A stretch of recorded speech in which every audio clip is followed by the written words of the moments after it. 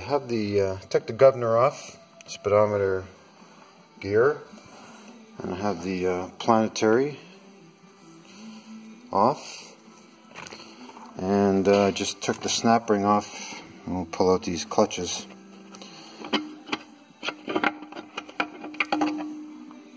This is like a retainer ring. Pull out all these clutches and see how they look.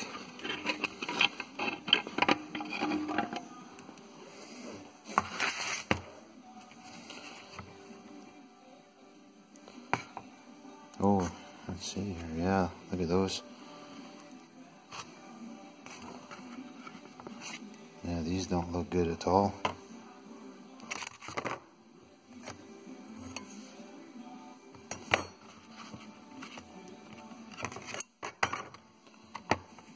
Oh yeah, definitely. These clutches are definitely shot.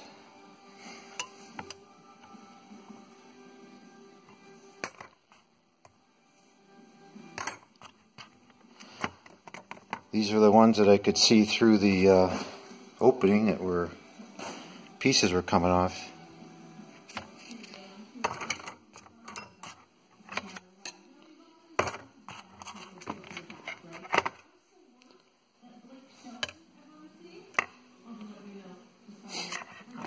Funny, they actually seem kind of dry. I don't know. Like there should be some more fluid on them.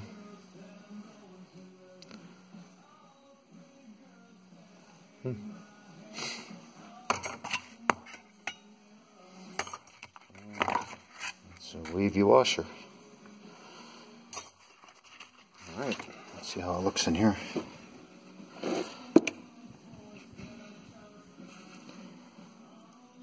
Alright, well, that case is almost empty. I just have to, I guess, make some kind of a spring compressor to compress this ring to get those little springs out. See you later. Okay, I got the snap ring out. You can see it loose there. I was working on with these snap ring pliers I got. These are cheap ones. These ones I thought would work better. Took me a few seconds to get it with a pick. I want to show you what I picked up here. I got another powerglide. Picked this up. I have some problems with mine. A few parts that need to be replaced, so I was hoping to get some of the parts off of this one.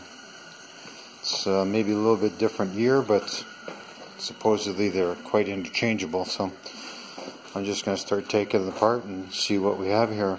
Hopefully it's for a V6. I think if it's from a V8, it's or a straight 6, if it's from an 8-cylinder, it should still work. I also want to see if I can transfer over that tailpiece.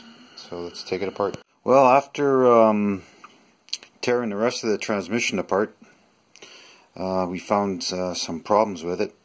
I went from having a working transmission to having one with several issues. So you probably saw in the previous clip there that I was able to pick up another powerglide. Got it for 80 bucks. It was a heck of a deal. It's a little bit older model. I think it's from 66 and under. This one is mine is from a 67 and up. So the issues I had with mine, after looking at it closer, here's the front pump, and as you can see, that surface there has been worn, and that goes into the high clutch drum, which this one, you can see that bushing is worn out, and there are gouges right here in the surface, right where the sealing rings go in for the pump. So I needed a new drum, a new pump, and also this is the rear clutch retainer. This is the one from my transmission. You can see it's cracked. There's cracking here. Apparently that's a common issue. So out of the transmission I bought there, I was able to get another drum. This one's in good shape. There's some markings here, but there's no gouging, so that's that. And I was able to get another pump. This one's in good shape. And I got this rear clutch housing or retainer. So that worked out pretty good. And here's the two gear sets from the pump.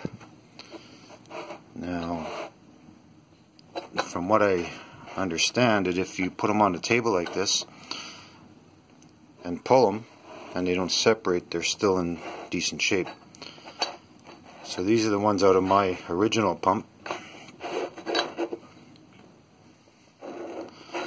So they don't quite as good as these ones, I don't think so. Anyway, and here are the clutches from the reverse gears. I showed you those already. Those are really worn. And turns out the band is in good shape. I took it to a mechanic friend of mine. He said it's good. And silly me, it's supposed to be split like that. Duh. Okay. Alright, and here's the case. It's all empty. Still got to clean it up.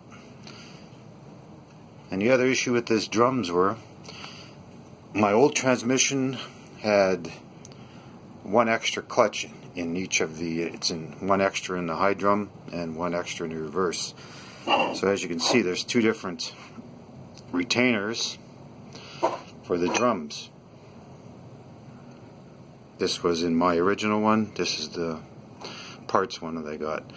So I'm thinking I'll just switch them. I already test fitted them, seemed to fit. So there you have it. Talk to you later.